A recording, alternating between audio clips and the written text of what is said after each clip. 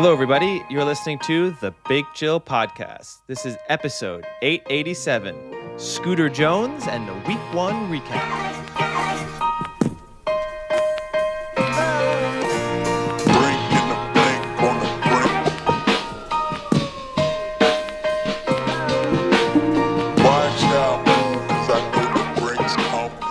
Hello, Big Chillians, and welcome back to the Big Chill Podcast. I'm Frank, joined as always with Eddie. Eddie, how's it going? Yeah, things are going pretty well. I have managed to get some kind of chest infection, kind of bronchitis or something. Oh, boy. So I am coughing up a lung occasionally. Hopefully it won't interrupt the podcast too much. It's really great, especially in August. Not only does it feel good to kind of have a cold or something going on in the height of summer, but also people really appreciate it when you're then out coughing. You know, I think people just assume that I'm dying. So that's also wonderful. And no one's helping you. No, not a lot of people sympathy. are actively avoiding you. Yeah, which is fair enough. And I will say my whole life, whenever I am quite susceptible to chest infections. It's just sort of obviously the weakest area of my You're very body. chesty. Yes, that's how I'm often described. That's what it says on my CV. But it also means that like I get a big cough. Like it does sound like I'm dying occasionally when I really have to, when the cough kicks in, which typically like a is more bear at night. roar. Yeah, it's not good. It's not good to be around, that's for sure. But other than that, feel pretty good. Still playing paddle, which probably isn't super smart. Oh, boy. Not helping in the attempts to allow my body to recover. But yeah. See, I'm on the fence of this because I think exercise in moderation when you're sick can actually get you healthier quicker, but it has to be like to a certain extent. You know what I mean? Like moderate exercise to get, because exercise activates your immune system. So like activating it a little more could help clear an infection, but if you activate it too much, then you're just like overboard. So it's a tight rope you got to walk there. Yeah, and I mean, I'm not a doctor, obviously. I don't think I need to say that. But part of my thought process is that obviously it's not cold outside, so at least I'm not sort of putting my immune system under greater strain by having it sort of fight temperature at the same time as it's trying to also fight off of an infection or whatever. But also it's sort of, well, this is a respiratory thing. So maybe if I'm out exercising, breathing better, it will help to clear the airways. Probably makes absolutely no scientific sense. The one thing I will say is it makes me feel better mentally because I at least think I can breathe. I'm not having any shortness of breath. So therefore, I don't need to be too concerned with this chest infection. That's the only good thing that happens. It's now at the same time, there's occasionally when I do have to, I am playing and then the cough kicks in. Like in the 90-minute game, 2 or 3 times I'll have a little coughing fit. Oh boy. Then the people I'm playing with, I think they just assume I'm a heavy smoker or something. And that just my smoker's cough has emerged. I love the idea of that. If you just rip in darts in between sets. I see people do it, especially vaping. I'm sure you do. The vaping I is a see huge, like... Yeah, you see that in hockey, like when we play hockey now, like at least a quarter of the players on the bench will just have a vape. It's like, come on, crazy. Guys, this is not good. It's not good. Like, I play with people who are extremely fit, who are clearly really caring. Like these are guys who are not only playing paddle probably 5 or 6 times a week, but also really going to the gym. If you talk to them about nutrition, for example, they're really intense about what they eat and, you know, taking some supplements as well to try and maximize their performance and their gains and everything.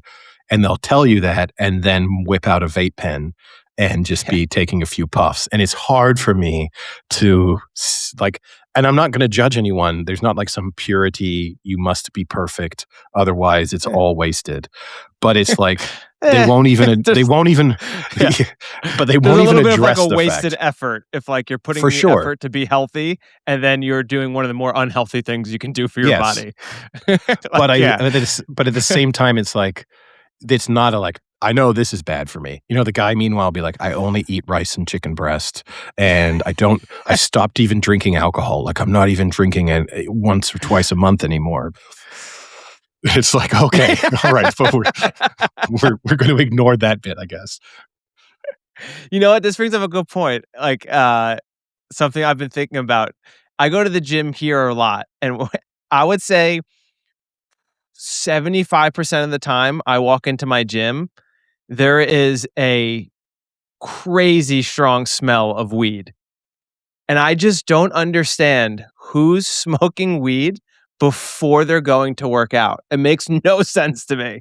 You're going in to do something that like dulls your coordination and makes you inherently tired and slightly lazier to then go work out. It's so counterintuitive to me. I just don't understand it. Hey, it just makes you loosey goosey. I guess. All the limbs feel a little bit. The joint pain disappears. I guess that could be the one thing. If you are someone who's dealing with some kind It of dulls joint pain, issue, maybe. you might feel like you can exercise more Maybe. effectively. Again, I that's don't the know. positive spin. Yeah. Probably that's not the case. It's probably a 23-year-old kid with zero joint pain who Yeah. just likes It's going to the crazy. gym and likes smoking weed. Yeah. So, I mean, obviously, we are not a health podcast. So, we'll get into some Premier League week one match results, and then maybe do a early predictions based off of week one. Maybe we'll do a power rankings. We're not a power rankings podcast, but maybe Eddie has some shifts in his power rankings after watching some of these clubs after the first week. Before we get to that, I'm sure you have some smaller topics. I just want to say I have a few uh, sports and non-sports related pop culture things we can discuss. We'll save most of them for the end, but I do want to discuss. You last episode said you watched Dink, the Mhm. pickleball movie. Yes. I then the next day went and watched Dink. Yeah. It's okay. Yeah, I wasn't giving it rave reviews. Yeah, no, It's no, no. fine. It's okay. It It's kind of funny. There are like some pretty good points, but what I will say is the pickleball play is terrible.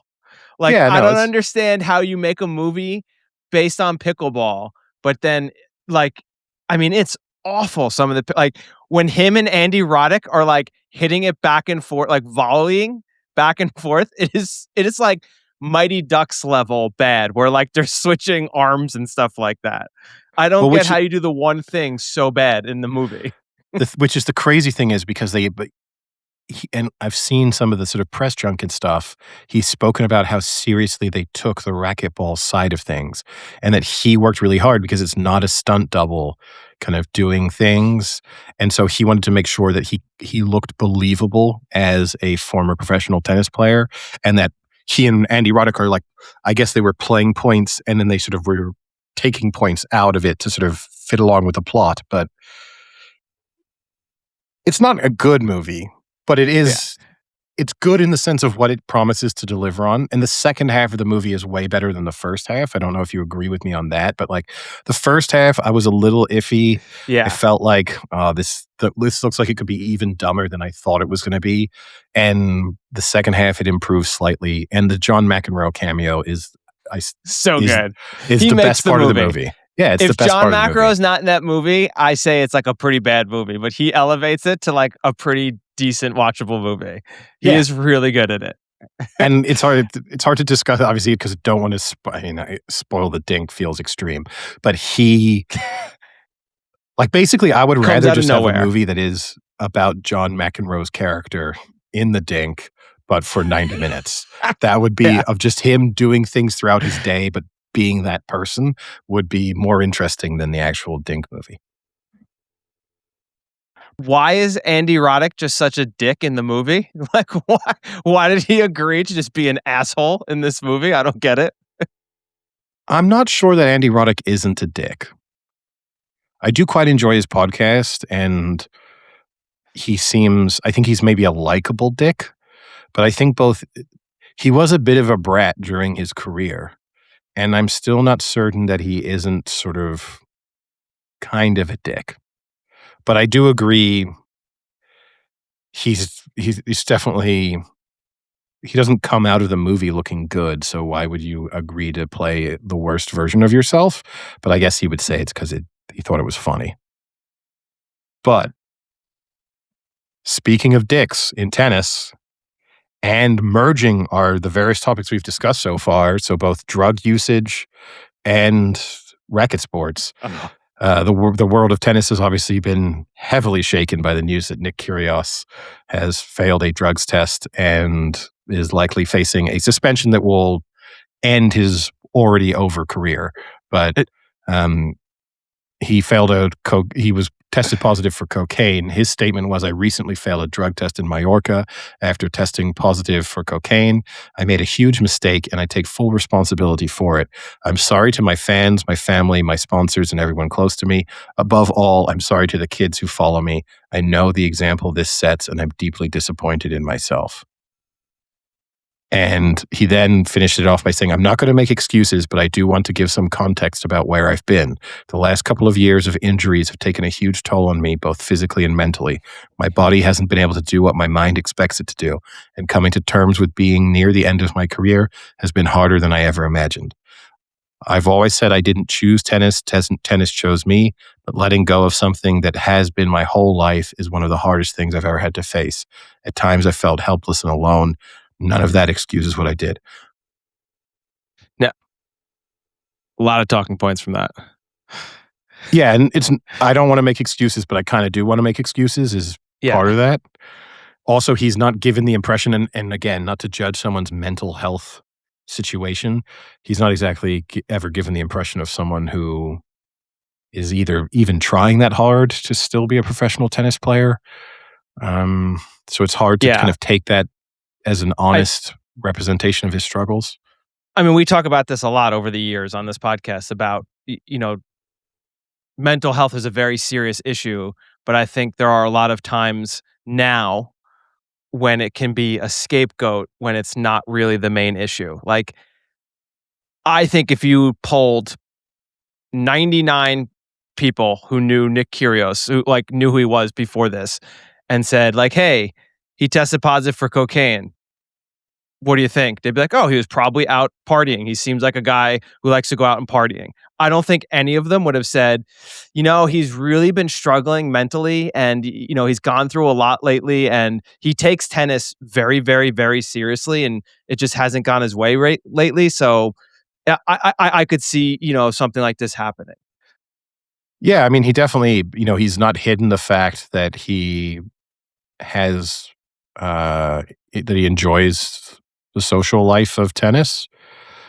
And like Carlos Alcaraz doesn't hide that fact either. But I think, yes, the level of professionalism within the two of them feels very different. So yeah, it's not the most stunning news. There's definitely, if you'd asked me a few weeks ago, come up with a list of 10 sort of high profile athletes who you think you'd be least surprised if they failed a drugs test for cocaine, there's a strong chance that Kyrgios would have been on it. So, and that could have been a very unfair judgment to have made. As it turns out, it wasn't. Um, and the interesting thing, obviously, is he's been highly critical of Sinner and Swiatek for their failed drugs tests, which were for performance enhancing drugs. But he was one of the biggest, sort of most vocal critics within the tennis community. And actually, some people praised him to a degree. But I mean, the issue I take with that, obviously, is if you're then also, obviously, cocaine is not a performance enhancing drug. So maybe he could argue that from a sort of ethical integrity perspective, it's two different issues. But if you're going to break the rules, you're breaking the rules. And then on top of it, too, I mean, this is a guy who's speaking about the mental health challenges that may have led to him using cocaine. But when Sinner and Swiatek failed their drugs tests, he like openly encouraged people to go on social media and attack them. So Yeah. he's not exactly the most sympathetic person towards other people's mental health, but then wants to use that as a reason that we should feel slightly sorry or at least be understanding as to why he would use cocaine. It's unfortunate because I have no sympathy whatsoever within me for Nick Kyrgios. I think he's No. the most talented tennis player in the last 20 years in terms of pure raw tennis ability. He's wasted the vast majority of that ability. He still has a great life. He's made huge amounts of money. He seems like a bit of an asshole in most of the things that he does. He kind of likes being an asshole. And his career was already over anyway. This just 100% confirms it. Yeah. Yeah, like when I first read his announcement, I thought it was just gonna end with before he said like the "I don't wanna make excuses" part, and I almost respected that more because it was like he kinda said, "Yeah, I tested positive. It kind of like it is what it is." Like, and that's fine. Like, I think he's like, it doesn't surprise me, and I don't know, I'm sure there are people who agree with him, like, maybe it's 1 or 2 levels above being really drunk. You know what I mean? Versus, like, it's Yeah. not a performance enhancer. Do you know what I mean? Like, it is very different in that sense of what the drug is. Like, I'm not saying people should be going and doing it, but at the same time, it's not benefiting him on the court. It's kind of just like a party thing. That would have been fine. What bothers me is that excuse, like, I'm not making excuses, but I'm kinda making excuses because, like, it just devalues, I think, and maybe I'm wrong. Maybe he does have a lot of issues with this, but it just hasn't seemed like that's been the case for the last 3, 4 years when you're watching his career play out and what he's doing on and off the court, like taking a $1,000,000 man versus woman tennis challenge. You know what I mean? Like, Yeah. like all these random things, these gimmicky things he's doing. Like, it doesn't seem like Playing pickleball. mental health issues are at the top of his issues, and it's annoying because I know that there are athletes that are struggling out there, and this is just kind of like not allowing them to kind of have it be something important. I don't know. It's just it just disappoints me. Like, I thought it was going to be a, hey, I fucked up. I'm sorry I fucked up. I am who I am, and I would have respected that more. Yeah, and look, I guess you could say he has an opportunity now to take the struggles that athletes might face from a mental health perspective more seriously and become a bit of a campaigner perhaps for those if he wants to stay in the public eye. If he wants to just disappear and enjoy his millions and do whatever he wants to do, he's also totally entitled to do that. But if I- Nick Kyrgios strikes me as someone who's still going to want to make money and still going to be want to have make media appearances. I mean, I think this is the big risk for him, right? Is he was already commentating on tennis, he was appearing on things.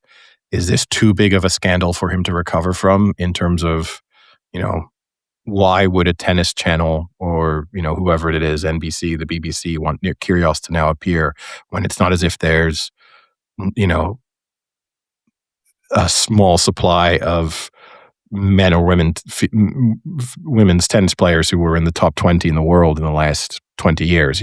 So that will be the interesting thing. If he now decides to sort of learn from his mistakes and speak more openly about how difficult it is, and maybe in particular focus on people further down the tennis pecking order, because if he thinks his end of career has been tough, what does he think it's like when you're ranked 120 in the world and you haven't made enough money to just not have to do anything else in your life?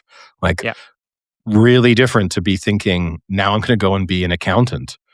Like, that was fun. Didn't work out Or quite I'm as gonna be assistant manager at a grocery store like Ted Lasso. exactly. Live the dream, Yeah. but imagine what the kind of reckoning with that life transition must be like. But Yeah. Yeah, but no, yeah, I I agree agree. with you. I mean, if that ends up being the case, then I take back everything I say, and maybe it was an issue and he just didn't want to discuss it, but it has been something that's been struggling. But his past experiences from what he shows in the public eye just don't add up with that not excuse. And I don't know moving forward if he's gonna be an advocate for mental health in sports. Like, we Yeah. do see athletes who actually have legitimate struggles in that arena and then do become proponents and kind of outreach and all of that. So And it's also, as we've discussed previously, right? Whether it's been about Osaka or any other number of different athletes, it's such a touchy subject because I think listeners will know both of us are very sympathetic and take these issues very seriously. At the same time, it does feel like it's an overused excuse by some people and a bit of a crutch. And it is the sort of trump card that you can play that is very hard to be critical of like, I'm struggling mentally, therefore, if not forgive me, at least understand me. And I was speaking to a friend of mine the other day who was, not to put it in the mental health section, but I feel like everyone now is sort of being told that they have ADHD, and like if you're not good at doing this, it's just your undiagnosed ADHD seems to be the sort of prevailing thought process sometimes. And she was explaining why she's not good at responding to text messages, not in response to me, but she was like just discussing this as a larger topic. And she's like, "Oh, it's just my ADHD." And I've tried to like ask my friends to understand that better. And I was like, it kind of just sounds like you're shitty at responding to text messages. Like, why do you need an excuse for not being good? And like that your response to it isn't, "Oh, I'm bad at responding to text messages, I should try and be better." Instead, it's, "I'm bad at responding to it. I should understand why I'm bad at responding. I should understand why I'm bad at responding, and therefore, and then explain it to people and expect them to now tolerate my poor behavior." Like, it's a very weird thought process for me over, it's not self-improvement. It's like self-justification now. That's my soapbox. I'm sure that will go down extremely well with all listeners. Oh, I have a mini. While we're on tennis, we can do one more mini tennis. I don't know if you saw, but Serena Williams and Carlos Alcaraz are joining forces for the U.S. Open for mixed doubles. Did you see this? I did, yeah. I think that pre-tournament mixed doubles tournament is one of the stupidest things in world sport. So it's rare for me to like have something be launched that I refuse to even tune in for a second of it. Just an opportunity for, I don't know. I don't know who it really serves other than like everyone makes a little bit more money. But yeah, good for them, I guess. But it seems like the dumbest event ever. The only person who I liked last year was Draper in a press conference in the build up to it, referred to it as exhibition tennis. And that they were like, no, you can't call it an exhibition. It's not an exhibition. It's a real competition. And it's like, well, it isn't though. No one's losing sleep over whether or not they win this tournament. And certainly no one's saying, I'd rather win that pre-tournament mixed doubles tournament over winning the singles title. And I'm sure for Alcaraz, in his recovery from injury, it's probably a good opportunity, probably sort of nice to play in the US Open, like on the courts, in the conditions, get up to speed. It's probably sort of a perfect way for him to ease his way back into competitive tennis in a tournament that's a little bit overshadowed by him returning from injury, Sinner's out. Zverev's in terrible form. Djokovic seems to be struggling physically. So the men's side of things seems more open than any tournament in the last 20 years. On the notes, sort of on a mental health topic, not really mental health, but sort of how your brain works. I was on Saturday night, I went out, and a friend of mine brought a friend of his who is about to run an ultra marathon down in the Alps. So he's sort of running 106 miles, sort of around the base of Mont Blanc, basically. All at once. All at once. Nonstop, Okay. 106 miles. Because they do have the races that are like you race like 30 a day and then stop. Like, no, this is one go. Okay. And obviously, that's a unique thing. You need to be a special type of person to enjoy the various types of pain that you will put yourself through in order to achieve that success. The craziest part about it to me was he doesn't listen to anything. He has no headphones in, doesn't listen to podcasts, doesn't listen to music. He just has the thoughts in his head, which he said, like, he was like, he runs to clear his head and to have conversations with himself. And that's part of his, I was like, I get that when you're going for a 5K after work, but it doesn't make sense to me when you're doing 106 miles. It's got to be what, like a day, 24 hours? He said the fastest people will do it in around 24 hours, like the professional Yeah. athletes doing it, that he hopes to do it in somewhere between like 30 to 32 hours, I think was kind of his And target. he's not going to listen to anything. That's such a wasted opportunity. You could do like a whole book. You could do You could multiple just books. pop an audio book in. You could pop in like Dune. You could finish all of Dune in one run. Yeah, I And mean, then that you could might like that, like how that marathon, that was my Dune marathon. That was my parts Dune 1, 2, 2 and 3. marathon. But yeah, no, and I kind of get it. I guess the only thing I would say is you would have to curate an incredible playlist, because I obviously don't want to be like, I don't want to listen to this right now. Fast forward, fast forward. You would have to put in quite a bit of time to really come up with a playlist that works for the entire period. And you'd I don't know probably have though. to, Almost anything is better than nothing. Like I would rather like just put like the radio on and at least listen to something versus listening to literally nothing for 30 hours. it's a long time. It's a long time. But Like I get it, you want like good songs and stuff, but at some point it's just like 30 hours of nothing is crazy. I mean, to be clear, that's not the thing stopping me from doing it. You know, like it's not as if, hey, I'm a good playlist away from just running for 30 hours. But yeah, I feel like I definitely couldn't do it in silence. I mean, I can do very little in silence. I guess that's my ADHD, but I can do very little in silence. Yeah. Yeah, I'm kind of the same way. But I just need kind of something though. You know, that's like it doesn't even have to be the best. So I mean, a lot of times when I lift, I listen to podcasts. Like many people have come up to me while I've been lifting and been like, "What are you listening to? Like you're always laughing or smiling. Like what kind of music do you listen to?" And I was like, "I'm just listening to a podcast." Like, "Really? While you're lifting?" It's like, "Yeah, I just need something to like kind of get my focus out a little bit." I think so. I listen to podcasts if I were, yeah, like weights 100%. I can listen to podcasts. I can listen to podcasts if I'm cycling, but I don't actually think I could listen to a podcast and run. I think that would be a music thing for me. I wouldn't want the beat and a rhythm to kind of be there. I usually do if I'm doing the Stairmaster or the elliptical, I'll do movies or TV up until a point where like the last 10 minutes when I really need it, and then I'll put on music as like a Yeah. way to like push through the end.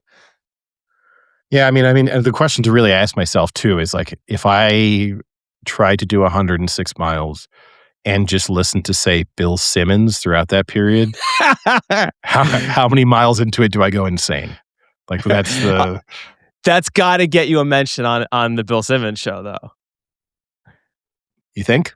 I don't know. He Oh, doesn't. 100%. If someone wrote in and was like, "Hey, my friend just completed an ultra marathon, 100 miles around Mont Blanc, listening to nothing but Bill Simmons podcasts," he would definitely read that. And Joe House or like cousin Sal would make fun of you. I mean, you get a mention. It's not Yeah. going to get anything more than Frank from Minneapolis wrote in to tell me that his friend listened to Bill Simmons for 35 hours. You know, it's not Oh, you like think it's you could getting do it you in a 35 podcast hours? appearance. Is that your estimate? That I would do it in 35 hours? Yeah.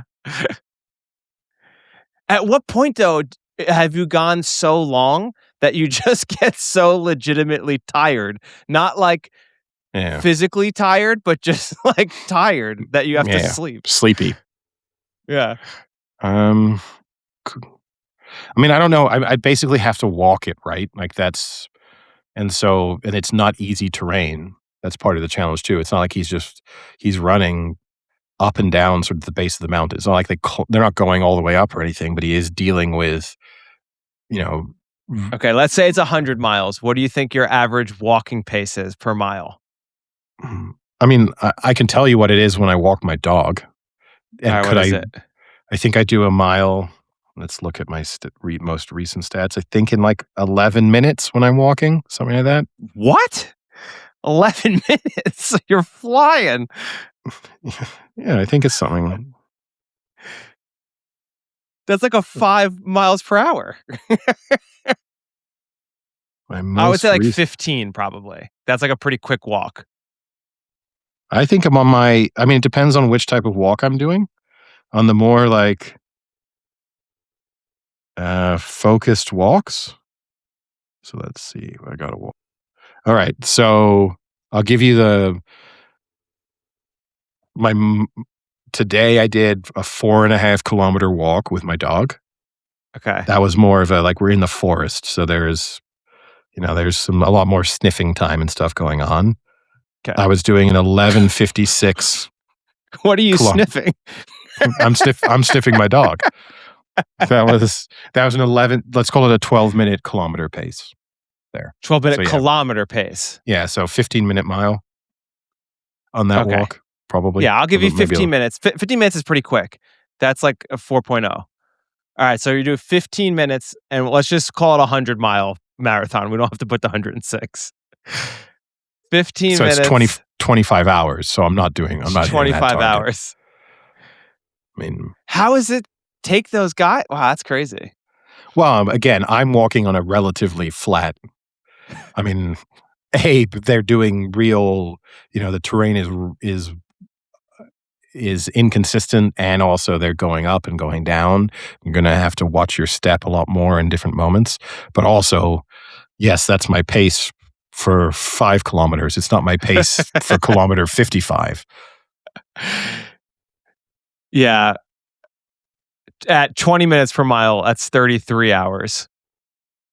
Yeah, I mean, I think, I don't know, could I finish it? I mean, I would just walk it, maybe like 40 hours but I mean, that's so long. We could test it when you come here. We can walk from here to Wisconsin. I'll probably give that a miss. Shall we move on to Premier League? I've got a couple other quick little sports topics to discuss. Oh, okay. Before we get there. So let's do a quick roundup of the weird news coming out of the NFL. A couple obviously slightly bizarre stories. We'll start there's one big one. We'll hit with that one last, but one that we didn't discuss. Again, we're not a political podcast ever, but I do find it fascinating that, and I guess when you lived in Arizona, you wouldn't have been in Arizona's first congressional district, because I'm going to presume that's probably more in the Phoenix area. But the residents in the first congressional district will get to vote on who they want to be their next representative, and their two choices are both former NFL-related people. Either the Republican representative is former NFL kicker Jay Feely. Oh boy! And the Democratic representative is Amish Shah, who was the team doctor when Feely played for the New York Jets. Oh, they're going against each other. Doctor versus kicker. Yeah. Who would you vote for? If that's the only information you're provided with. I mean, is there any more you need to provide?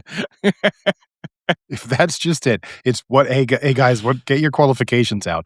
I am a relatively successful doctor who was at one period in time the team doctor for the New York Jets. Oh, that's interesting. You must be quite smart. And the other guy goes, I was the kicker for the Jets at the same time. Oh, cool. He did go to Michigan. Jay Feely. All right.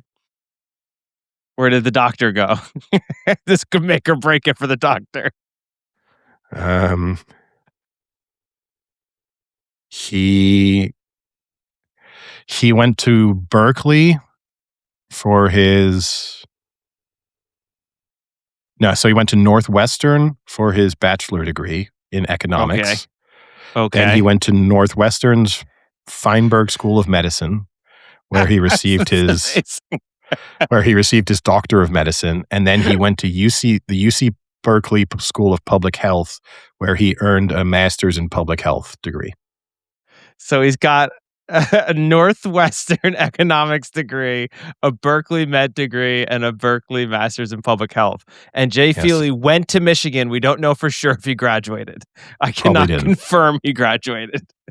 And then since then, after graduation, Shaw completed his residency in emergency medicine in New York City. He then became a faculty member and academic researcher at Mount Sinai Medical Center. He then became the team physician for the New York Jets and later served as the chief medical officer of Urgent Consult. And he is currently an emergency physician at the Mayo Clinic in Arizona and is already in politics. So he's been in politics since 2019. All right. Well, let me counter that, Eddie, with Jay Feely went to the University of Michigan. He then played for the Florida Bobcats in arena football, the Tampa Bay Storm in the arena football, and then went on to play for the Falcons, the Giants, the Dolphins, the Chiefs, the Jets, the Cardinals, and the Bears. He was a college national champion. I don't know if that means anything. Rings, maybe? Yeah. He appeared on ESPN First Take. He also appeared on A Baby Storm on TLC. He was a CBS Sports Network color analyst covering college football. He then went to be a play-by-play analyst for CBS. And then he's also been on CNN and other news outlets as a like sports analyst or like call-in sports person. And also, I'm looking up some interesting facts about him. He's highly competitive off the field as well, and he enjoys playing casual games like backgammon and locker room card games with friends and teammates. Or you could vote for a doctor. Who also has a degree in economics from Northwestern. And public health. Top school. and public health. He's actually, even within his studies, thought beyond just pure medicine for, it's not like, oh, what does this urgent care doctor, how is he going to help Arizona as a state? It's like, well, what about a guy who has a good foundation in economics and also specialized in public health policy? I would love for us to like see a debate and Feely just is like 1,000 times better. It's possible. He might be super smart. So again, we might be doing him a slight disservice. I'll watch some of their. I'll give further feedback on future episodes. Let's see. I will say this is everything like that is the world today. It's when he announced he's running, the line is, Feely told ESPN he would run as Republican for the U.S. House of Reps in Arizona's 5th Congressional District. When you're announcing you're running to ESPN, that cannot be a good look. No, it's not a good sign for sure. I mean, maybe we can try and get the two of them on for a debate. Maybe we can moderate and host a debate. Let's see. Maybe let's see. We'd have to call ourselves slightly political, I guess. But yeah. No, we talk nothing but sports. Yes. Just kicking. Kicking and injuries. Yeah.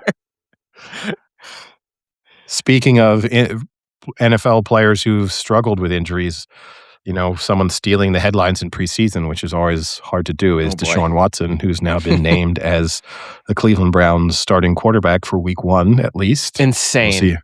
It's just crazy. You say insane, but we did kind of say that was like kind of their only choice with the... you bench him.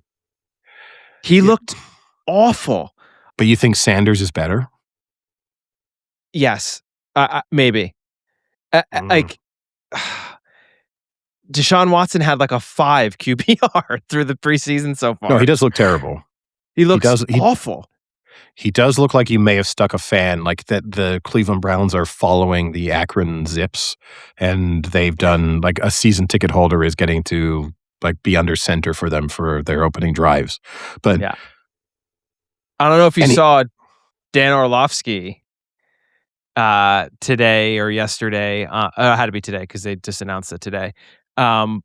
Said that like this should almost be the tipping point if you're a Browns fan and to seriously consider boycotting going to the game.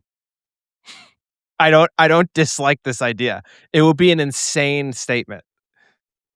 I do get it, but like if you've bought a season ticket, this is the problem, right? Is that if you've bought a season ticket, are you now just going to? And you could make the argument that it's going to be so miserable anyway that just view that as a sunk cost and move on to something more enjoyable. But But isn't that the ultimate statement? It's like, I've spent this money and I still don't even want to go. Like, you guys need to do something because I'm literally, you have your supporters and your fans literally just taking money and setting it on fire because they'd rather sit at home already having a ticket purchased than actually go watch this because they disagree so much. I think it has to be What a if larger. he goes out and just tears it up?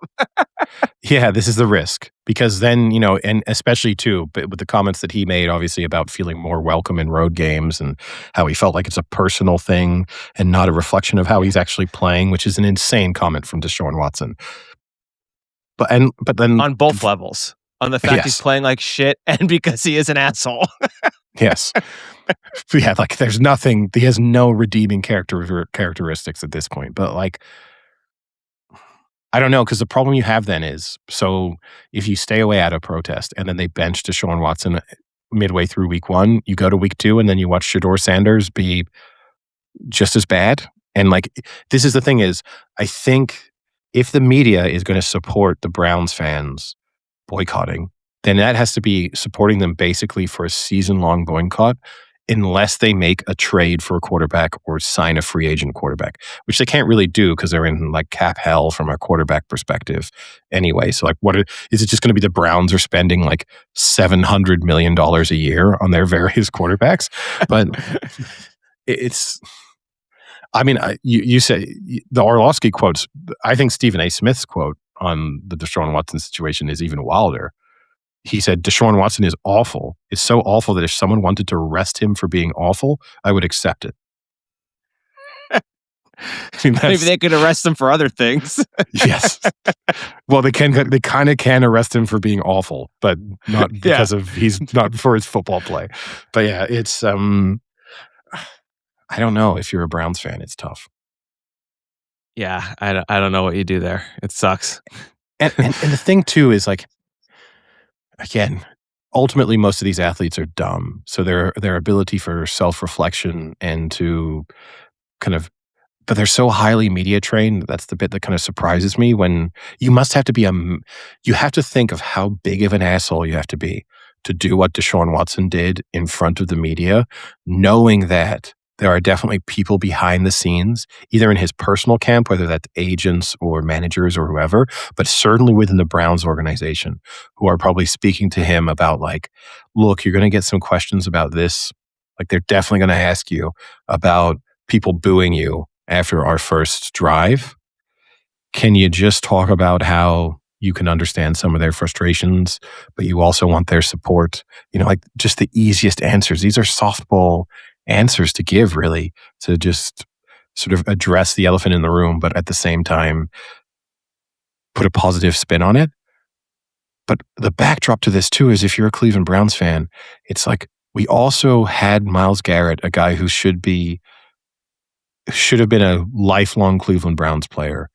For the most part of his career, said he wanted to be one. And they had to trade him, not because he really wanted to leave, but because they're so bad that they sort of owed it to him to let him go somewhere else. But also he was just reaching a breaking point of like, I can't sit through another season of being on a team that is this incompetent, certainly offensively. And to think, if you're Deshaun Watson, that like that is also in the back of your mind has to be like, I'm so bad at my job that we got rid of the best player on the team. Like they know there's absolutely no way. They couldn't even sit down to Myles Garrett and lie to him and pretend that we might be playoff contenders. Like they couldn't do it. They had to say, do you know what, Myles, we get it. This is going to be fucking awful. We don't want to be here either, but we have to be. But you can go somewhere else. Can't trade the owner. No. Desperately trying to get out of here as an owner, but unfortunately I'm stuck here. So go and enjoy being in LA. You can't trade an owner, Eddie, but you can arrest an owner. Yes. Yes, you're obviously alluding to 49ers owner Jed York, who was arrested in Ohio on prostitution-related charges. No, it was then dropped, though. Drop down. He didn't yes, but officially, wasn't yeah, but officially prostitution. well, it wasn't officially in terms of the charges that he's now facing, no, but in terms of why he was arrested, it's because he responded to an ad to meet women for $140 an hour or whatever. Oh, is that So, what it is? I didn't see yeah. that part of it. Yeah. He got caught in, like, a sting operation.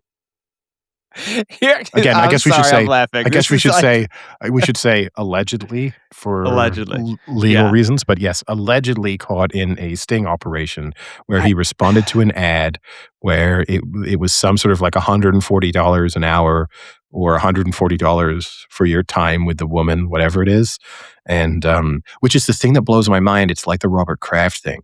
What is it about these like billionaires who not only are they sleazebags, but on top of being sleazebags, like there are definitely services Are available so to people dumb. as wealthy as this that Yeah. you know that you can be kind of discreet. And I'm sure that's part of the kicks that they're getting is like, I'm going to go and do like the dirtiest version of this possible. But It's you have to, you're yeah. such a moron. Yeah. I don't understand it. This guy is like a billionaire. He's owner and CEO of the Niners and now has a majority stake in Leeds and Rangers, right? Of Scotland, not the New York Rangers. Yes. Yeah. Like I don't understand.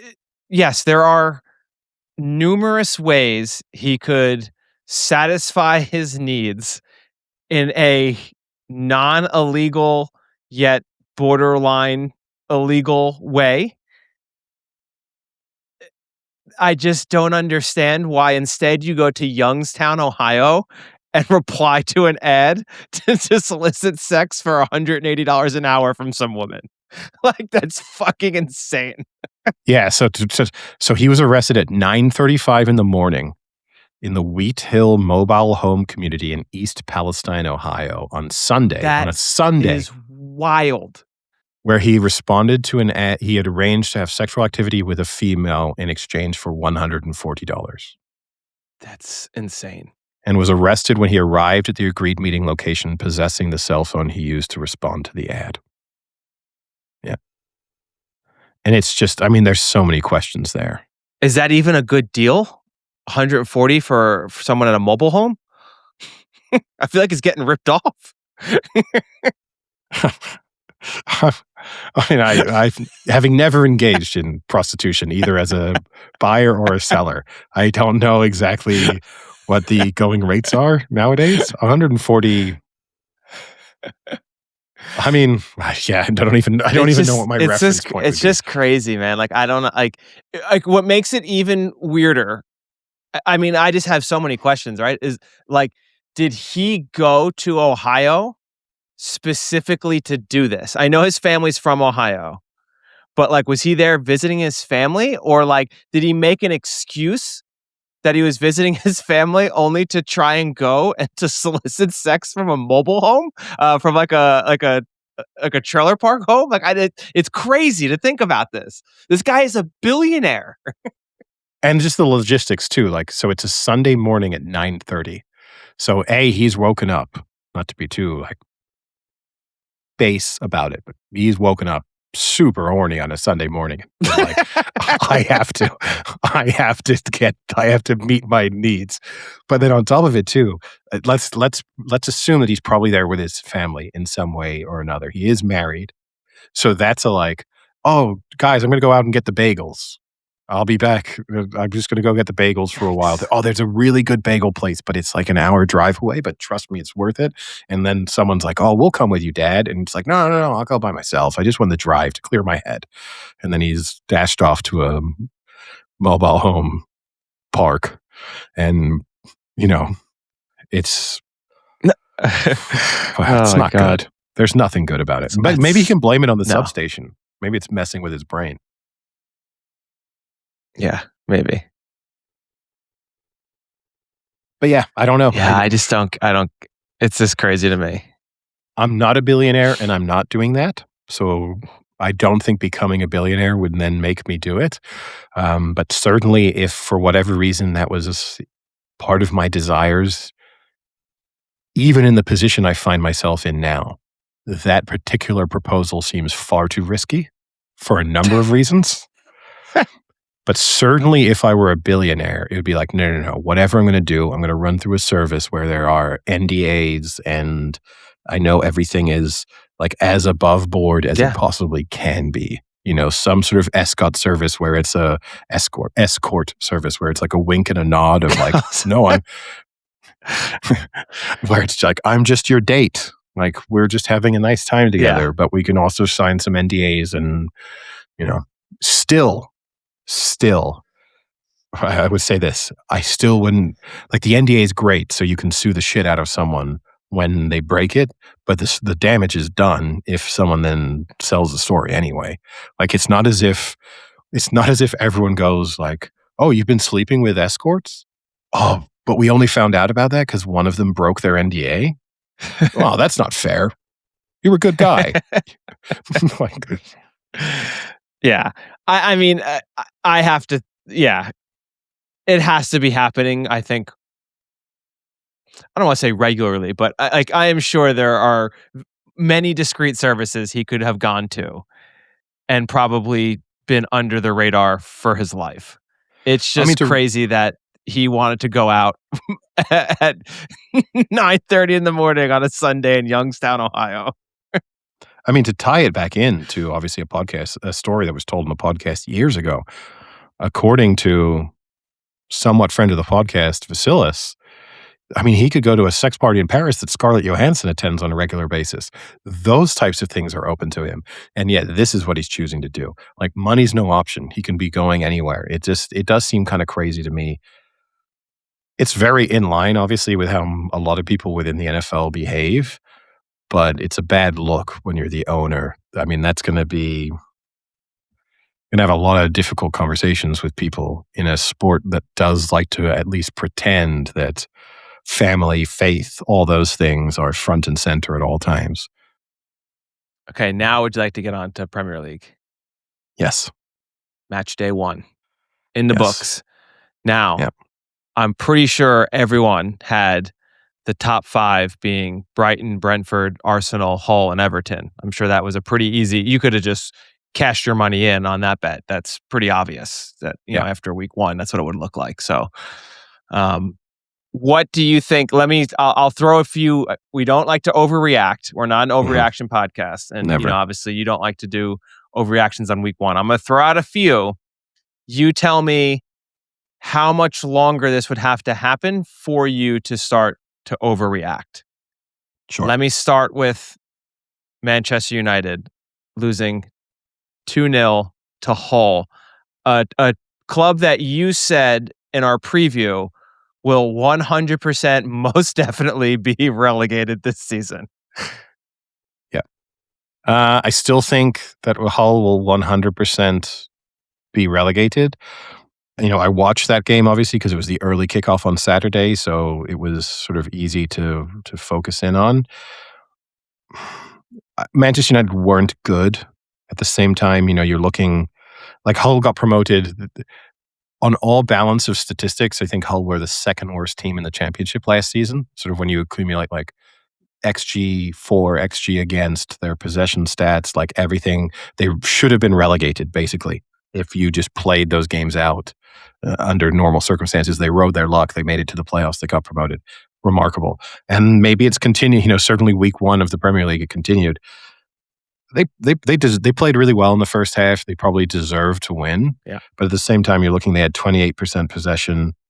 Manchester United had 21 attempts on goal, had an XG of 1.83. If you replay that match, I think Manchester United win. I think it was just they got off to a slow start. Hull managed to, play well in the first half and then defend for their lives in the second half. Sure, there's probably some positives to take from a Hull perspective, and it's a little concerning for Manchester United because you'll just feel like you're going to get to the end of the season, and no matter what, you are going to look back at that, and basically I'm sure that every team that Manchester United will be competing with will have 6 points against Hull. So that will just be an easy, like, God, we have to, we now have to do something good to make up for the fact that we really blew it against Hull. So no overreaction. It would take a while based on what we saw from United under Carrick. I think he deserves a bit of time. So United still top 5 for you, Hull still relegated. Yes. Okay. I guess actually I jumped ahead a little. We probably should have started with the opening kickoff match, and that was Arsenal and Coventry. Arsenal 3-0, pretty comfortable, easy, looked good in the process. Are you Yeah. still super confident in them, or was that just, yeah, that's what they should have done? I'm not getting overhyped on them. It is what they should have done. I mean, you have to give them credit in that a lot of the big teams, we obviously just discussed Manchester United. Manchester United should have done basically what we saw from Arsenal against Coventry and didn't do it. So they still deserve credit for kind of hitting the ground running.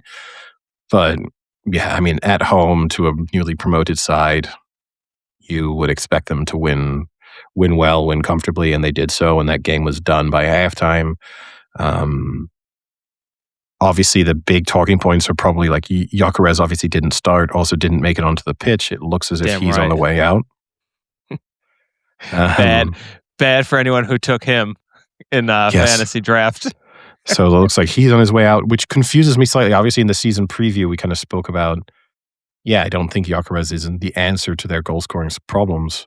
I don't think Havertz is either, obviously, although he did score. Oh, I think he is.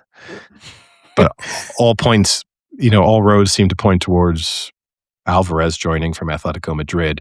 I mean, talking about a player in this Deshaun Watson-esque, not in terms of his levels of assholeness or off the field issues, but I mean, he is doing his best. He took a team photo where it looks like he's a hostage. He sat miserably on the bench during Atletico Madrid's 2-2 draw at the weekend. Then he left the pitch while the rest of the team were kind of applauding the fans. He must be leaving. He's making the situation untenable, so he must be leaving. And I guess Arsenal, it looks like that might be Gyökeres going to Barcelona and Alvarez going to Arsenal. I don't know. I don't know if Alvarez is the answer either, but the one thing I will say about Arsenal, defensively, they look so remarkably strong. I'm not the biggest Raya fan, but in terms of the actual defenders available to them, I mean, they can put out 2 separate back fours that look as good as anything anyone else has in the league. The fact that like Konsa's just on the bench there waiting to come on, and like Captier and stuff. Yeah. That probably isn't anywhere near their actual starting defensive backs either. But you got Saliba obviously injured, but I mean, they're so strong in that department, and the consistency that can come from that in terms of the clean sheets that they can keep and stuff, that might be the big difference maker for them. But yeah, I certainly didn't see anything from them, whereas maybe you can pick some holes in some of what we saw from some of the other title contenders. Arsenal just kind of like checked the box off of like comfortable win against a newly promoted side. Yeah. Next one I want to jump to. Are we sure Spurs aren't on a path for relegation? I don't think they're going to go down. I do think, and look, I still think, they're going to end up, it looks, with Savinho, and Marmouche, and they're probably going to sign some more players. So the checkbook is out for Spurs. I watched most of that match. It was not good. That was not a Man United, they lost 2-0, but they should have won that match. They looked outplayed the entire match. It will make me, they're the only team not an overreaction, but where maybe it is, look, we've seen them be really bad in the league for 2 years in a row now. And maybe whilst this is a very different set of players, there might be something really wrong there. And it might take them a bit longer to get themselves out of that. So I don't think that they'll be fighting. You mean like substation wrong, like built next to an electric substation? Maybe. Is that where the new stadium is at? Yeah. But like maybe I might already say I don't feel comfortable sort of predicting them to finish in the European places. That Wow. that that was too bad of a performance to then think that they'll be challenging for sort of, I guess, European places. As we discussed in the preseason, it could be 9 teams, so it's Yeah. like. But do I think they'll be a sort of top 6 or 7? I feel a little bit less comfortable saying that now based on what we saw and based on what we've seen over the last couple of seasons. Now, I guess coming right off the heels of that, another club that for the last few seasons has been in that top 6 area is Aston Villa, and they have lost Tielemans and Rodgers and looked pretty out of it against Brighton. 4-0 loss. Obviously had a red card, but I think it was 3-0 It before the was red already card. over at that It was point. already Yeah. over. Yeah. Is this a worry that maybe they lost too much and this could be a little bit of a regression for them? Oh, I think it's going to be a major regression. And it looks as if Watkins is on the way out too. So, yeah, I think it's just a bridge too far for them this season. And we'll see a big regression unless they pull off some remarkable signings in the next week. But no, I think it's going to be a major regression, which is obviously unfortunate if you're an Aston Villa supporter. But yeah, they looked really bad. You can flip it. Brighton looked really good. So they continue. We kind of discussed it in the Premier League preview. They sign these players. You don't always know who they are, but it always seems to work. Like their strike rate is exceptionally high. So Brighton looked good. I don't think Villa are going to be as bad as a sort of 4-0 defeat to Brighton makes it seem, nor do I think Brighton are going to be as good as beating Villa 4-0 will make it seem. If you're Brighton, that's probably they played Aston Villa at the best possible time this season. But yeah, I think we're not going to see Villa competing for Champions League places this season, I don't think. And then the last discussions, I guess, are the other 3 big clubs in City, Liverpool, and Chelsea. Both City and Chelsea came through with wins, not the most convincing. City in particular had to come back from 1-0 late in the second half to come back and win that. Liverpool also had to come back late to draw against Newcastle, and Chelsea kind of held on a little bit to beat Fulham. Yeah. Any takeaways on that, or? It's worrying for City. I think their midfield situation is a concern. And I mean, like, as has been the case for a couple seasons too, you just can't trust them to keep a clean sheet, which also means you can't trust them to protect leads when they get them. I mean, obviously that wasn't an issue in this match because they scored with like 90 seconds to go to take the lead. But just in general, it's the reverse of Arsenal.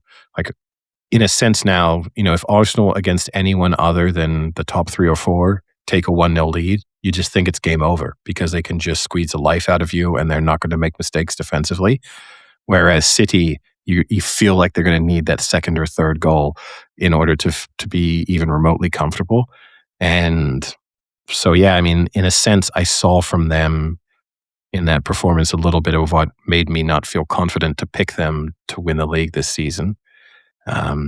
Again, they appear to be trying to sign players to address their weaknesses, especially in central midfield. Now that Rodri is left, we'll see how those are just. It's tough to replace Rodri. You have to be an outstanding signing to come in and do what Rodri did for City over the last several seasons. So, and I don't like.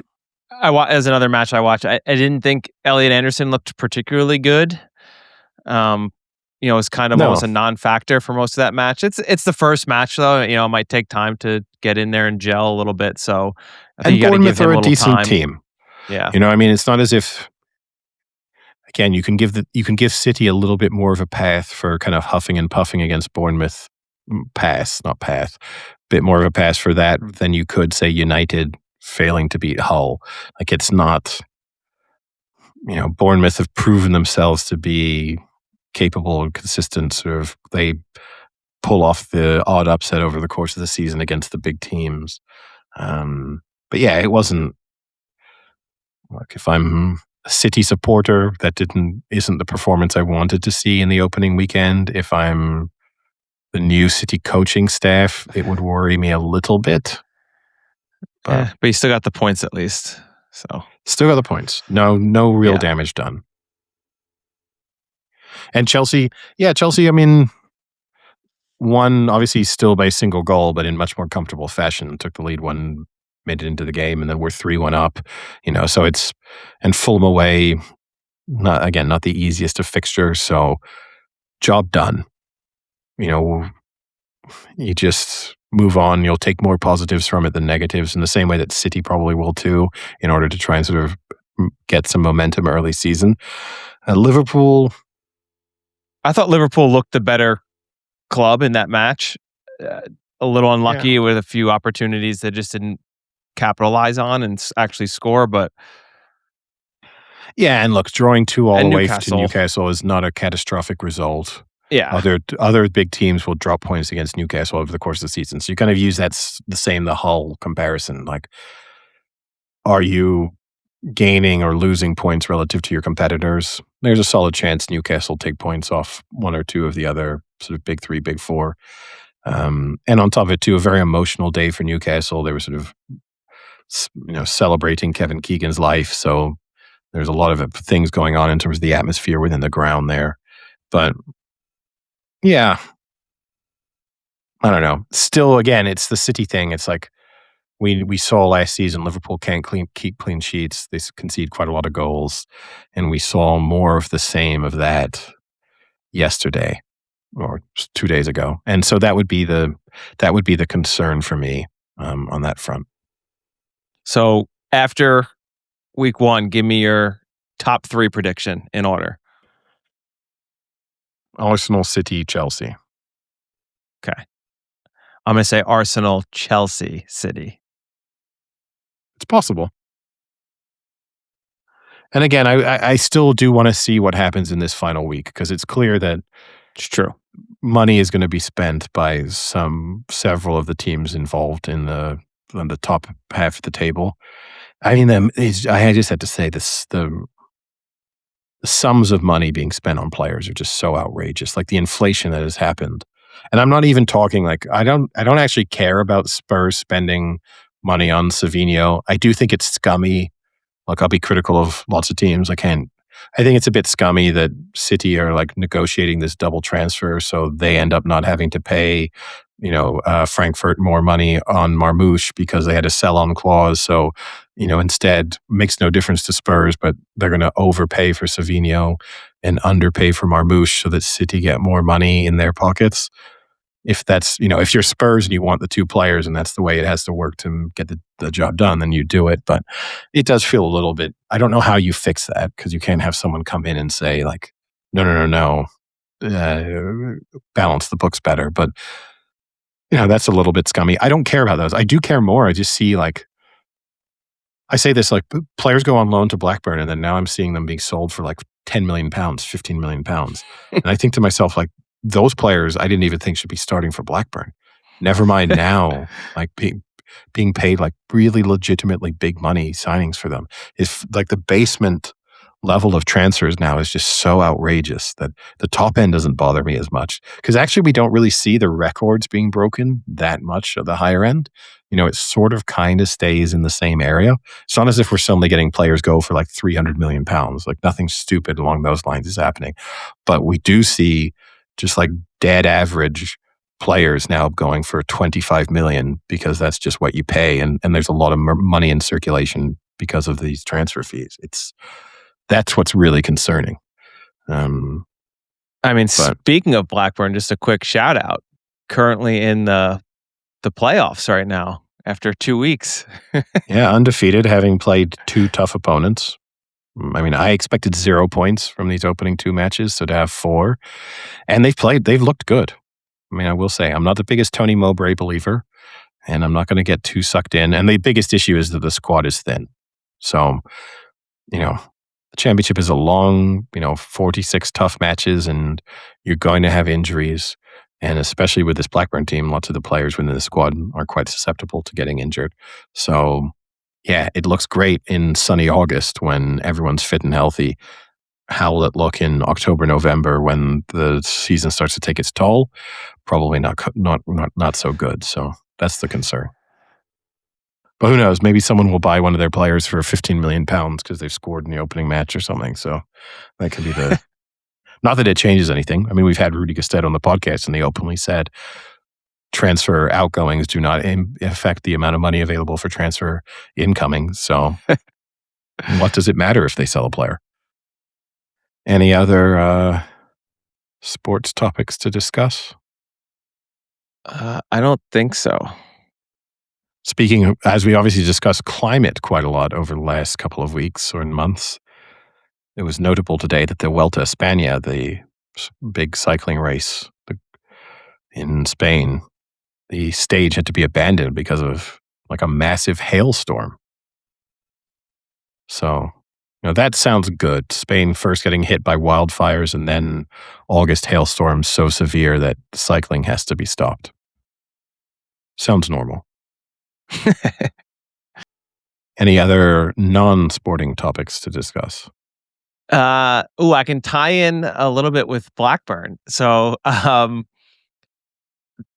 few days ago, I was channel surfing, as one still likes to do, and the In-Betweeners was on. So I started watching a few episodes of it, and then the movie popped on. So I had watched like 15 minutes of the movie, and then yesterday I was like, screw it, I got nothing to do. I'll throw on the movie in the background.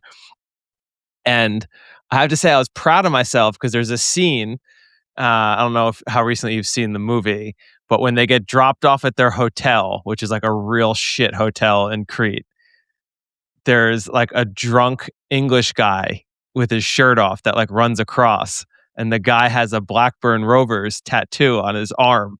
And I saw it and I said, "Oh fuck, is that a Blackburn tattoo?" And I felt very proud of myself. I was able to recognize it from like real, like you could barely see it. And I was like, "Oh, I got it." And I fact checked it and I was correct. Well done. Thank you. Well, you're preparing obviously because the In-Betweeners is coming back. So Is it really? Yep. I don't know if I like that. It's coming back. I think it's coming out on Netflix. The new As like adults or like a new cast? No, as adults, and I think it's a movie. I don't think it's a TV show. So I know I've seen the second movie, but I don't remember it as well. They go to like Australia in the second one, right? Yeah, it's not very good. Neither of the movies were. No, the movies weren't nearly as good. Although it is crazy when you watch the first movie how like I don't know, raunchy, I guess maybe the right word would be. Like, I don't think that movie gets made nowadays. No, I don't think the TV show. And this isn't in the like, world's gone woke kind of thing, but I just think tastes have changed in a way that it does feel. I do occasionally see. I do see like.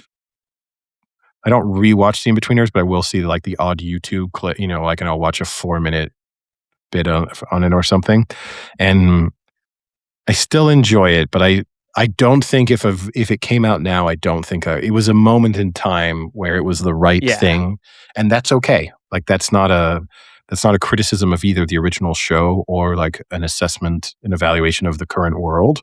Like I don't think we need In-Betweener style comedy necessarily, but no. I could get maybe if they do it properly, if they do that, they're now like entering middle age, and like how does that sort of generation of people and those personality types deal? Well, the movie came out in like 2010, and they were like about to go to uni. So that would make but they're obviously all of the cast 18? are actually older. I know. So, but if you just did like cast, normal timing, but if they're smart, they would be 18, 15 years ago. So that would make them 33. If they're smart, they get the cast to play the ages that they actually are, which is like early to mid 40s. And they do a scenario where they're either reuniting or it's kind of catching up. The problem with all these types of movies, right, is that never sounds good. It's like I almost prefer the TV show, and maybe, who knows, it's in development, so maybe it ends up being a TV show. I think it will probably end up being a movie because that's what the reports say it will be. The TV show seems better because you don't have to do that forced, oh, we're reuniting for some reason. Like either it's, oh, like someone's getting married or someone's having a kid or someone's getting divorced or somebody died or something happens that like, oh, I haven't seen this character in 15 years. Now let's go through some like exposition where you explain what you've been doing. The TV show could kind of pretend that like all four of them sort of live in the same area and still occasionally interact with each other. Yeah. But I don't know. The I'll still dance watch scene, it. though, in the movies just gets me every time. That gets, as soon as that song pops up and he starts doing the robot, it fucking gets me every time. There's some really good bits, and still within the TV show. There's bits that I will always love. Oh, yeah. But I'm very aware of the fact that, like, if I showed that in TV show now to, like, a 22-year-old, the chances of them enjoying it in the same period of my life when I loved it, feels No way. unlikely. No. It's hashtag cringe. No. It's not like Prison Break, which just transcends time. Yes. 100 years from now, footballers will still be watching Prison Break. Like, that's Entourage and Prison Break will never stop being watched by professional athletes. Which, speaking of, I know I like to sometimes provide my Instagram algorithm updates, which the weirdness has temporarily stopped. And now, because you and I have been sending some things back and forth about like we're going to Chicago together, it's all Chicago. It's all Chicago. Every other Instagram post I see is fucking Chicago. Which feels like an overreaction from my algorithm of that, like, okay, you and I have exchanged maybe 6 reels. Yeah, it's like 3 or 4 each. Yes. And I've maybe watched 10 sort of reels for more than just the like flipping through period. Feels like 20% of my more. Instagram knows I'm not currently in Chicago. Like, it's not as if I'm getting all things Chicago, though. I don't know about you. I'm not just getting Chicago food. I'm getting like movies that like were filmed in Chicago. Oh. I'm getting stuff from the Bear. I'm getting like tour guides in Chicago. I'm getting random people I'm not who getting live in Chicago. I'm getting people who are like, hey, come with me on my walk through like the Chicago skyline. It's like, I'm not getting that. No, I'm not getting that. I'm getting like bars and restaurants basically exclusively. But then some of them too, it's obviously I guess what gets referred to as like the Chicagoland area. So then even when I look at it, I was like, well, I'm not going to go to this place. This place is like fucking an hour and a half outside of Chicago. Like, this is... Hey, we might drive by though. Maybe. It's west. But, like somebody was like, this is the best beef sandwich in Italian, like in Chicago. It's like that's fucking miles. It's true. Now, did you see The Odyssey since we last spoke? No, I have not seen The Odyssey. I've not. No. I know, I'm sorry. I have not making the trek continues to get yet. Torched in everything that I read and consume. Yeah, because you're targeted to getting the negative ads. It gets nothing but praise in the ads that I get, or in the reels that I get on Instagram. I have continued, though, I guess, if we want to discuss a show we've talked about multiple times now. I am now 2 episodes away from being fully caught up. Oh boy! And I'm now I've slowed it down to like 1 a week. So yesterday I watched episode 8 of season 4. I have to say, there are just some things that are so outrageously funny in this show still. Like, one of my favorite ones, this was a few episodes ago, is, so this is spoilers alert for if you're still catching up, just maybe skip ahead 2 minutes. The daughter who in the beginning, at the end of season 3 and in the beginning of season 4, learns she can time travel. Yeah, sort of. Now, I mean, she's going to different parts of time for sure. She is, but I think there. So it gets called story walking, obviously. In this, yes. What's unclear is and I don't. And again, the show hasn't given us enough opportunity to see it. I don't know how much like everyone else can necessarily always see and like interact with her. The man in yellow character obviously can, Yeah. but And her dad it's can. and her dad 'Cause could in that one scene yeah, in when he that one scene. dies. Yes. Spoiler, but it's unclear to me like sort of how present she sort of is in the moment that she's in. But so there's still 2 episodes left, so I might be off base here a little bit. But seemingly uncovered a hidden talent that is somewhat remarkable and amazing, and has since just shut it down. Just given up Yep. on this amazing thing that And not really quite told people possibly about it. the only person in the history of human beings can do. Just shut it down. Equally as crazy is her mother believes, and most likely is, I mean, obviously, who knows what's actually true, believes that she is like a reincarnated version of several different women over time who have been Yeah. traveling to this place. Yeah. And she refuses to believe her mother that her mother is reincarnated, yet she can fucking time travel. And she's like, Mom, that is outrageous that you could be that person and be reincarnated as another person. No, this is so stupid, Mom. By the way, I can time travel. The only thing that makes it the only thing that I struggle with a bit in the reincarnation is like it's not totally clear to me that she wouldn't have been alive when the previous version of herself was alive. Like it feels like there Yes. should be an overlap. Because I mean, the show she feels like she's like in her mid 40s. I think Maybe she's younger. even you think? Because they said because what I always try and think of is how old is Victor, the guy Victor, and Yeah. I'm pretty sure they said Victor's been there for 40 years. Yeah. So if Victor was 7, she'd have to be in her mid 30s for that to have worked. And in real life, the actress is 45. Again, that doesn't mean At the what time of no, filming, right now. Well, I mean, now. She's but 45 right now. at the beginning, she was probably 40 then. Yeah, but again, we don't know how much time lapses. This is Not one of much. the challenges with the show.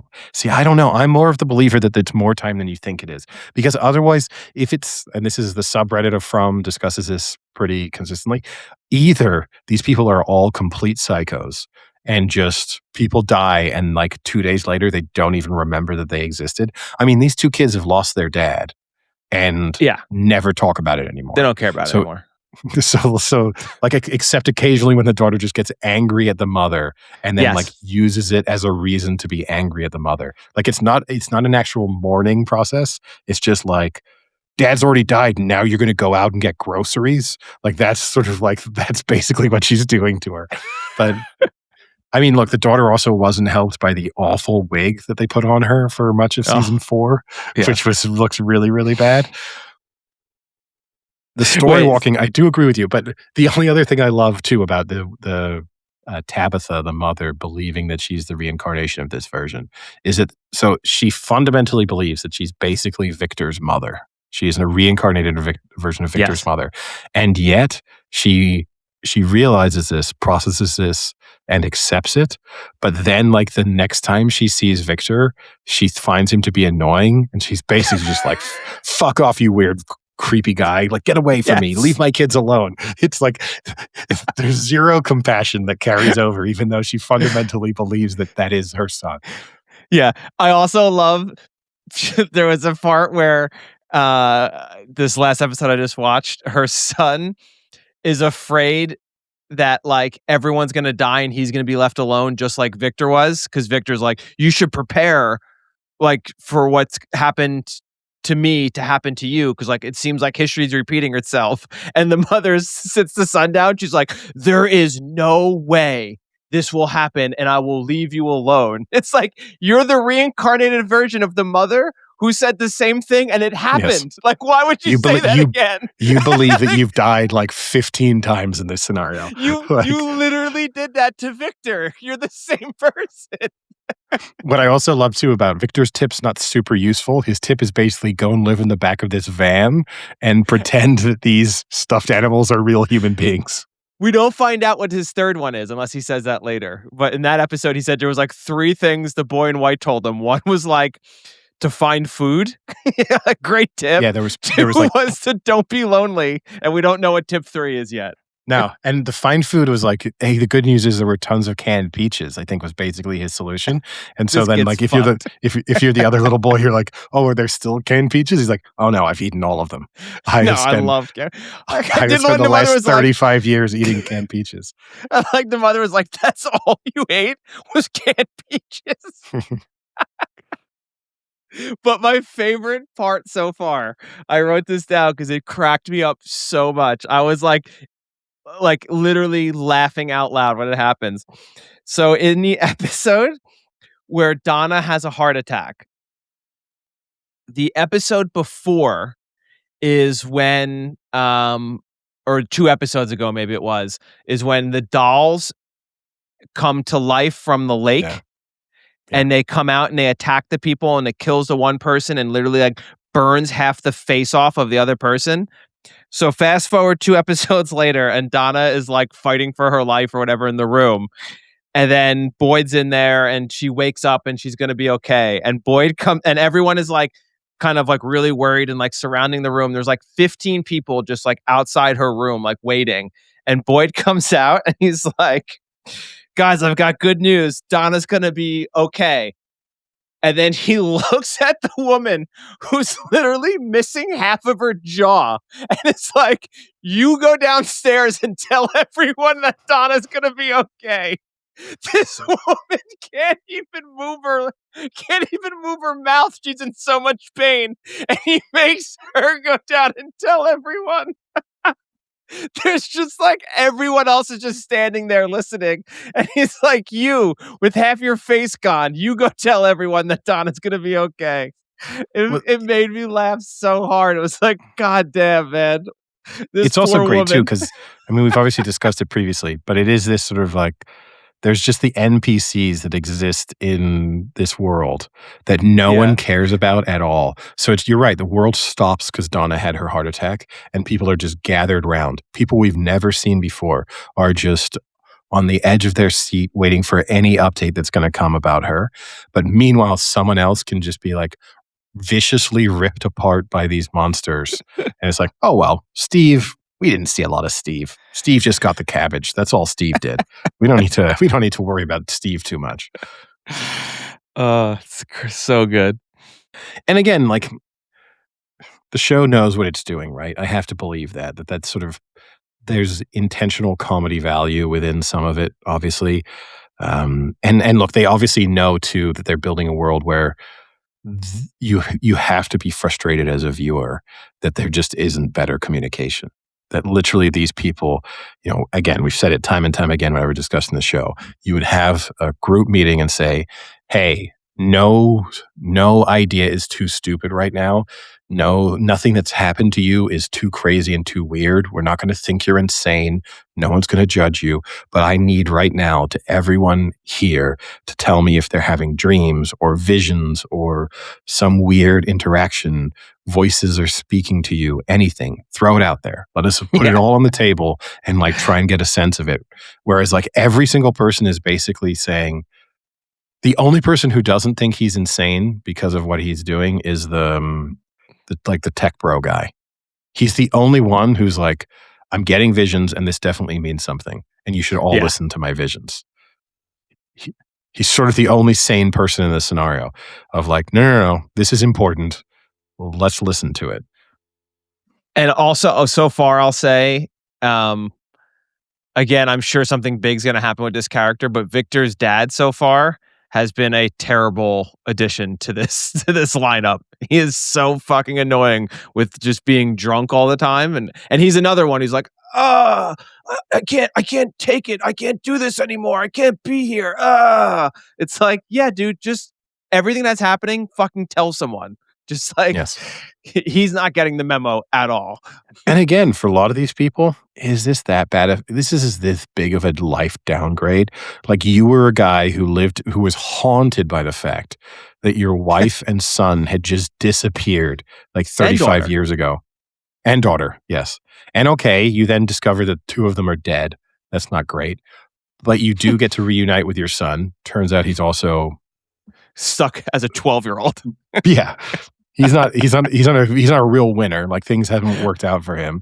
But, like, your life wasn't exactly going great places in the outside world. All you have to do is not leave your house or open a window at night, and other than that, life's kind of okay. Yeah. We didn't ever I don't know if we ever discussed this, but this is a critique of, like, all these types of shows that do these things.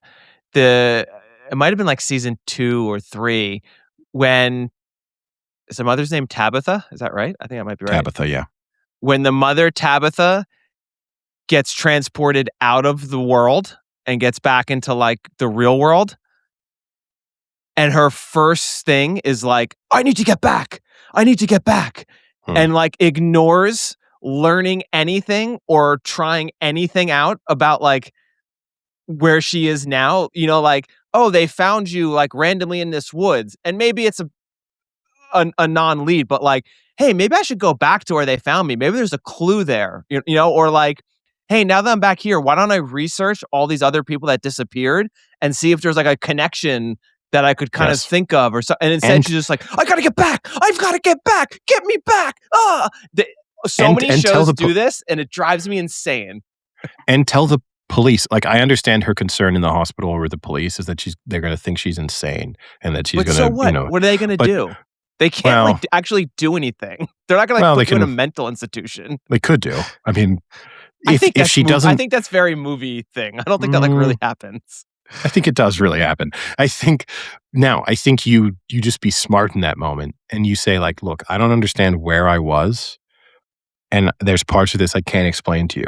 But however, I can prove to you that this is really happening because I have the names of other people who are there who Yeah. you will be able to look up and see have all gone missing. Like, you are going to see that there are people who I will name now who all of whom have been missing for somewhere between 1 year to like 30 years. Yeah, and I So can I'm tell not you just random facts about them. yes, I'm not just making this up. Now, how much can they help? Obviously, not at all.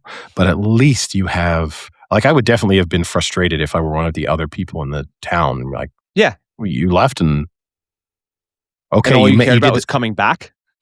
you did the smart thing of going to see Victor's dad. Like, that was probably the one smartish move. But it's also like, what do you do when you wandered around the town looking like an insane person for a while? How how about getting on a Reddit? Because 'Cause I'm sure there's a Reddit that people are like, "Hey, isn't it weird that all these random people have disappeared at blah, blah, blah?" Like, there's gotta be a Reddit put together about, like, these people's disappearances, like, Make something.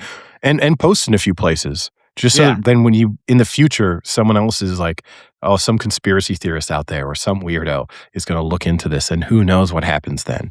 But yeah, yeah, it's she didn't handle that situation particularly well.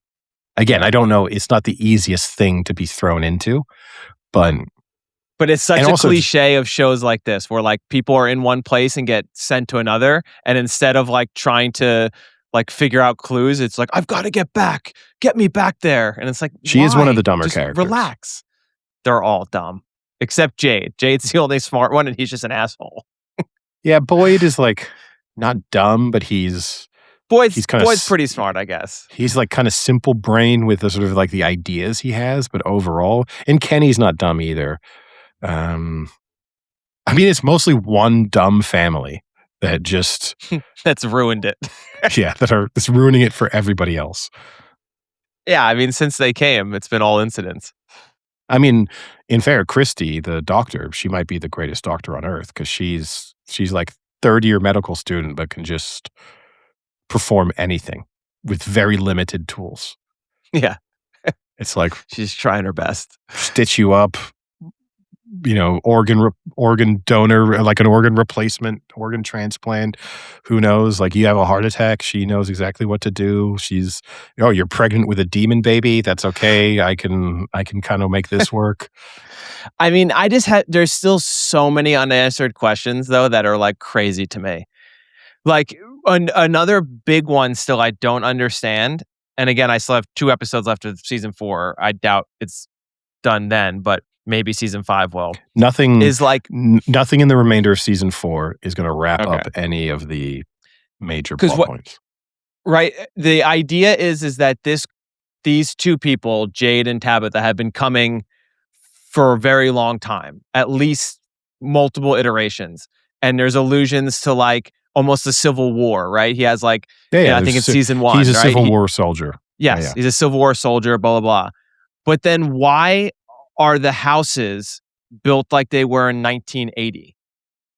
Oh, I mean, there's lots of stuff and look, there's Like, Colony House is outfitted like is in the 1990s, but yet it was there during the Civil War? but there's a lot of oh yeah, I mean, look, there's a lot of questions. Who like put the plumbing and the like electricity in place? And The plumbing is crazy too, because electricity, at least they like tried to give you a thread on that, being like but it it just still goes implies that underground. But like, where does right, the but shit go? Where's the shit going? yeah, you're obsessed with this. But this is but the electricity you say they explain it away but is the implication that like a generation of them were killed and then the world updated to be like now electricity will be here. Yeah, You see yeah, what I yeah, mean? Like yes. Yeah. No, exactly. Like the same with the houses. Like why and are they maybe that's outfitted to like 1990 specs, but yet there's been people coming since 1800s? and maybe that's the explanation is that sort of like mid-generation like a whole you all die and then we update the world and then you people come in because obviously otherwise if you arrived in the world and everything was built in 1840 you'd be extra suspicious as to where you're arriving but I don't know Maybe. A lot of unanswers here. because I mean look the hint is too that there's something really significant about the fact that there's the motel sign but there's no motel. Yeah. That's supposedly Ooh, Jesus. Sorry. that's supposedly one of the spooked me. things. Yeah. That's supposedly one of the big things, but I don't know. It's very watchable. Yeah, But it's not now that I'm almost caught up, I'm excited to see how terribly they land the plane in season 5. that would be interesting. I mean, this is going to be the thing, right? Because the who plays Boyd, Harold Perrineau, like Wow, you he know his said name? That's I'm fucking looking crazy. he said he You are deep, man. You are I'm literally deep. looking at a cast list right now. It's Yeah, not that sure hard. you are. But he said that he only joined because the writers told him what the end vision was. So in a sense, he's the one with the most to lose because if this just doesn't make sense when it wraps up, or if there are a lot of unresolved plot points, you kind of judge him more. He sort of vouched for this. Not that he's an actor with a huge amount of street cred, I suppose, but he basically was like, I didn't want to be in a lost situation again. Yeah, we'll see. Any other movie or television? No, I think maybe with that. Oh, you got more? Well, I did watch, you recommended Furious. I did watch episode 1 of Furious. I'm not far into it, but I did watch the first episode. It's good. It's really good. Yeah, it's a good show. It's really good. It's, I think, one of the more popular shows right now. Well, I'm just going to say the one thing again. It's been a theme. Can we just like cut back on masturbating scenes in TV? Like, this is just like, let's just have a little moratorium on how much masturbation needs to be shown. Like, I can picture the world without, like, I mean, what's next? Am I gonna watch someone like actually take a shit to be like, no, this is real. This is real now. I mean, I think someone does in Euphoria. A guy does in Euphoria. Like we can wind all of this back. Like it doesn't, it doesn't add an extra layer to a character. I hate to blow this for people in writers' rooms. It's not like, how we can make this person look even more complex? We'll make them masturbate. That's going to make them seem like a really rounded character. It's like, I think we're good. She could have had that revelation whilst doing the thing she then pretended to be doing, which was just having late night snacks. That wouldn't have changed how I saw her character, nor would it have changed the significance of the revelation. Yeah. But it's good. And she's good in it.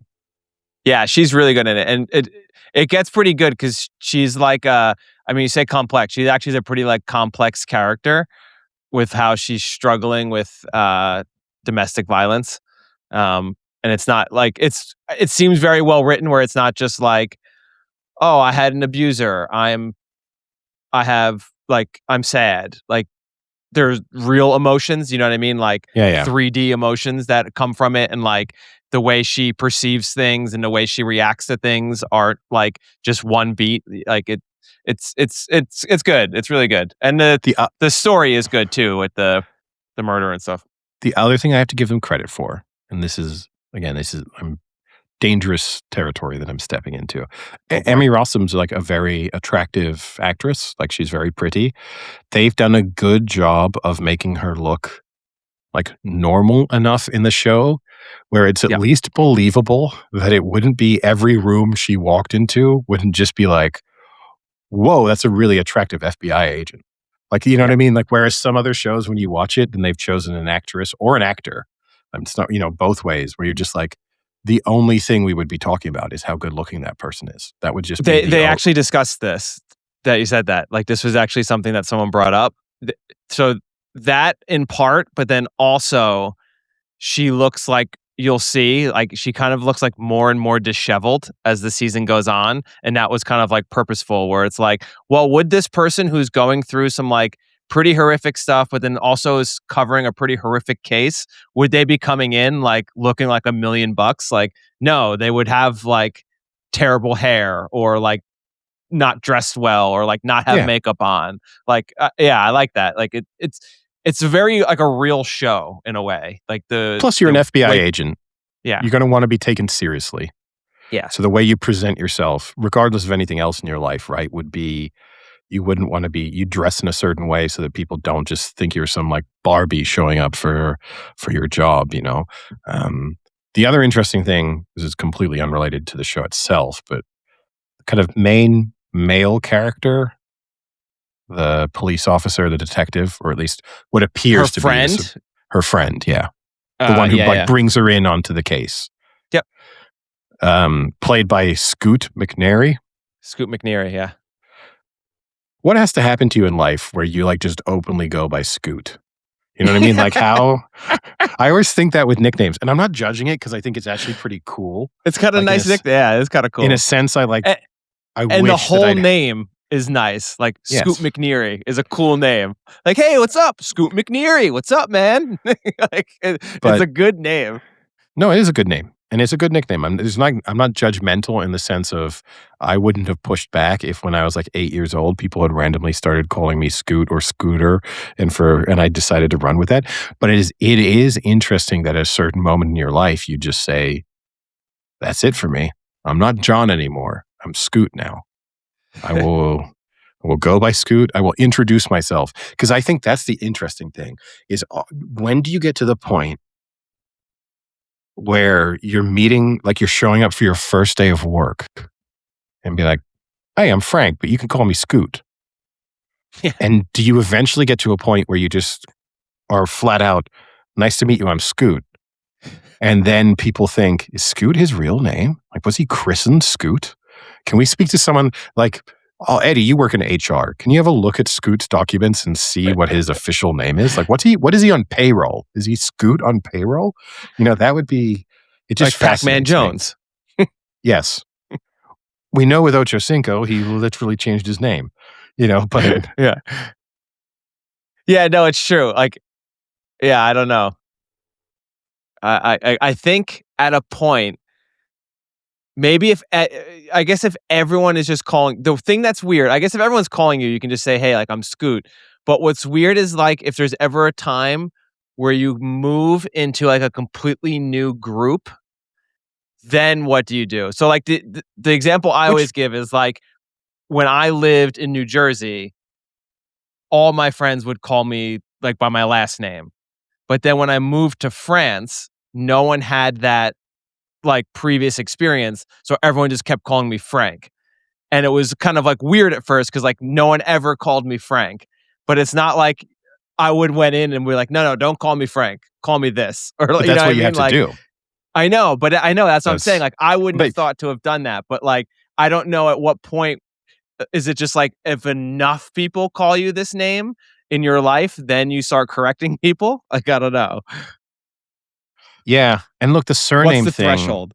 the surname thing's more normal. Yeah, yeah, Like, yeah. if it's me just being like, actually, you know what? Most people call me Hewitt," or, like, they call me Huey because my last name's Hewitt or something, like, it's in a sense that's more explainable to people. Same if you go by your middle name instead of your actual first name. It's a really easy conversation to have.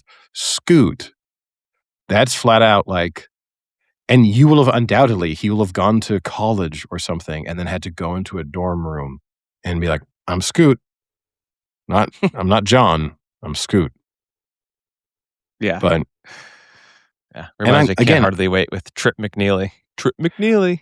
I'm very envious if you're Scoot or Rusty or some, you know what I mean? Rusty. Like any those names that you get to like actually. Well, that's a Curb episode, when the guy changes his name to Rusty. And Larry's like, "Why'd you change it to Rusty?" And he's like, "I don't know. Just always felt like I could be a Rusty." And he's like, "Well, people call you Rusty when you're growing up?" He's like, "No, just made it up myself." He's like, "You can't But make up nicknames to call yourself." but I and again, it's not a judgment from me. But and I couldn't do it. I think I'd be too self-conscious even if people did really call me that. I think going into new environments, I would be too self-conscious. Like, I could imagine a scenario where my 6 closest friends called me Scoot, but I can't be going to work and saying, "I'm Scoot." Yeah. I mean, we couldn't even get past when we wanted the new guy on the Ascot trip to call him Baby Doll.